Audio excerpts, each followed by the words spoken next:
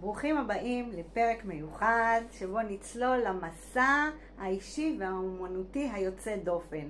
היום נארח את טל ישועה, צלמת, אומנית, עוצרת, אשת תקשורת שלא מפחדת לחשוף את עצמה לא רק מול המצלמה אלא גם מול החיים. היי טל. היי רונית. האמת העירומה הוא לא רק שם של ספר ותערוכה, נכון? זו הצהרה בעצם. נכון. הצהרה על אומץ, על פגיעות, אמת פנימית והיכולת להביט במראה בלי מסכות. דרך צילומים אישיים, טקסטים כנים וסיפורי חיים, טל פותחת דלת לעולם שבו אין גבול בין הפרטי לציבורי. הגבול מטשטש והיא מזמינה אותנו לראות את היופי ואת העוצמה שבכנות מוחלטת. טלטול, תגידי, מה הביא אותך לרגע שבו את רוצה ליצור את האמת העירומה? גם הספר וגם התערוכה. איך זה התחיל? זה התחיל קודם כל עם הצילומים שהתחלתי להצטלם, וזה סיפור בכלל מיוחד, כי התחלתי להצטלם כי חשבתי לחפש איזה עבודה, ובסוף ממש כן, אבל להצטלם בעירום, מה חשבתי שאני אהיה מודלית של צלמים בעירום בטבע. אוקיי, אז מה, זה סוג של משבר גיל ה-50? באיזה גיל זה התחיל? לא, זה התחיל בגיל 40, משבר גיל 40. משבר גיל 40, אוקיי. שאז עוד הייתי נשואה, והבן זוג, האבא של הילדים, מאוד דחף אותי לעבוד במשהו, כן. ואז ניסיתי אחת העבודות, הייתי גם מזכירת מושב, היה לי גם צהרון במושב לכיש. כן. אז אמרתי, ננסה מה שיבוא, ואז חבר משותף הפנה אותי לצלם הזה, בועז רענן. שהוא מומחה בצילומי עירום? עירום בטבע. עירום בטבע. כן. ותגידי, איך השם האמת העירומה נולד? מה הוא מייצג? האמת העירומה, כשהתחלתי לכתוב את הסיפורים, בעצם כתבתי אותם להחלים. להוציא את זה, את הכל מתוכי. להחלים ממה? להחלים מכל מיני סיפורים שהיו בתוכי, משברים, סיפורי חיים, דברים שקרו לי.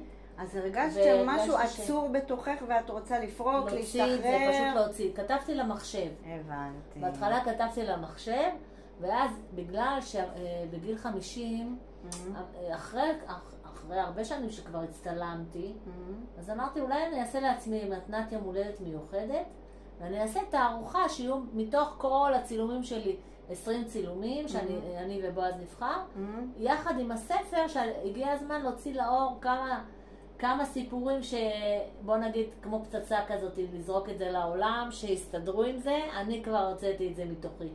ובאמת הרגשתי יותר הקלה, שזה יצא ממני. עכשיו שאני מדברת גם על הסיפורים, זה עוד סוג של שחרור. ממש, אני מדברת על הסיפורים כאילו זה מישהי אחרת כבר, אוקיי, זה עבר, זה לא אני, זה כבר דמות בספר או דמות בצילומים. גם בצילומים אני לא מתייחסת לזה, תראו, הצטלמתי. לא, זה איזושהי דמות, כאילו זה האמנות שלי, כאילו זו מישהו אחרת ממך. זה האמנות שלי בעצם, זה משהו תגידי, היה לך רגע של ספק או של פחד במהלך היצירה, משהו שחסם אותך או שהכל הלך חלק בלי בעיה? לא חסם אותי ליצירה עצמה, היצירה שחררה אותי. הפחד שלי היה לא מהיצירה, אלא מדברים שעדיין ממשיכים בחיים. זאת אומרת, החיים ממשיכים והדברים עדיין קורים, ויש דברים שעדיין לא נפתרו לגמרי, ואז אני אגיד לך מה, אני נתתי לבן שלי הקטן לקרוא את הספר, ואז הוא אמר, אמא, בוודאות את צריכה להוציא פרק 2. את צריכה להוציא את הספר השני, כי יש עוד כל כך הרבה סיפורים בדרך שלא נכנסו. ואז אמרתי, וואלה, יש לי מספיק מלא תמונות, וגם אני עדיין מצטלמת כשהוא מקבל אותי, בועז הוא עסוק מאוד, הוא נוסע בעולם כל הזמן, ומטייל ומצלם, ומביא דוגמניות. תגידי, עד כמה היצירה היא אוטוביוגרפית ומאפשרת מקום לפרשנות של הצופה או של הקורא? היצירה כמעט כולה ממש אמת אחד לאחד אוטוביוגרפית, עם השמות, עם הכל. הסיפור האחרון, הרבה אנשים לא שמים לב שכתוב אורי הרף. וזה סיפור בדיוני לגמרי, ודווקא את הסיפור הזה אנשים קוראים, היה לך ג'וסי כזה, היה לך איזה משהו עם צלם. לא היה לי שום דבר עם שום צלם.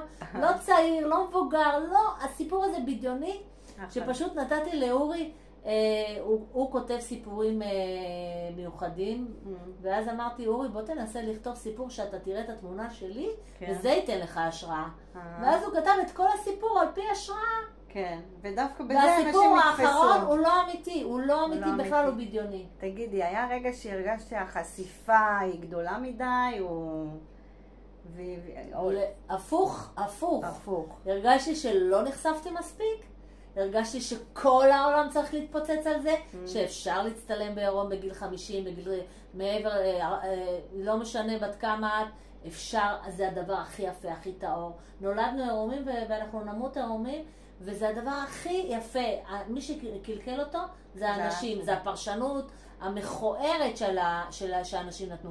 שימו לב, בכל תולדות האומנות, יצירות שהן יצירות של עירום, זה יצירות של אדם וחווה, זה יצירות של להסביר בכלל את התום ואת התמימות שסיפורי תנ"ך וכל מיני, אין בזה שום דבר שהוא רע, שהוא מכוער, זה הפרשנות של האנשים. תגידי, איזה תגובה קיבלת מהקהל או מחברים שהכי נגעה בך, או משהו שככה... הכי נגע בי? כן. האמת שקיבלתי תגובות מדהימות. הכי נגע בי זה הבן שלי, שהוא בן 11 וחצי. כן. והוא אמר, אמא, אני עכשיו מכיר אותך אחרת דרך הסיפורים, והרבה סיפורים גם כתבתי שהוא נמצא בסיפור. כן, הוא חלק מהסיפור. הוא חלק מהסיפור.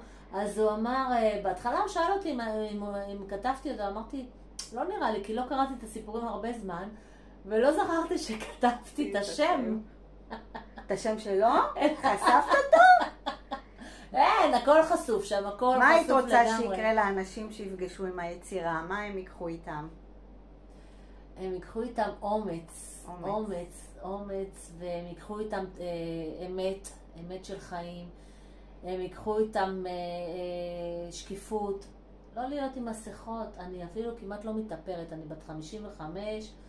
אני לא מרגישה צורך להתאפר כל כך, כאילו זה נראה לי כמו מסכה. אני שקופה לעולם. לגמרי. אנשים רואים אותי, גם בטוב, גם ברע, גם בצער, גם בשמחה. הם רואים, הם שומעים מישהו שואל מה שלומי, אין, ברוך השם, אין דבר כזה. שלומי, אתה רוצה לדעת? בבקשה, כן. ולסיום סיומת, אם היית צריכה לתאר במילה אחת את הפרויקט הבא שלך, איזו מילה זאת תהיה? הפרויקט הבא. כן. טוב, יש לי חזון שפוסטר שלי יהיה על איילון. תני כיף על זה. מחפשת ספונסר. אוקיי. באחת מהתמונות שלו. שווה לכם, שווה. בטח, ובמיוחד בקיצוניות שיש עכשיו בהסלמה. קצת להרגיע את העולם, או לא יודעת איך לקרוא לזה, פשוט אסקפיזם טהור, יופי, ככה בטבע. לכו, תפליגו. אני כבר רואה את השלט שלך. בואו, תפליגו איתי. אז יש שם לפרויקט? יש? הפלגה למחוזות. הפלגה למחוזות, תזכרו את זה. אוי.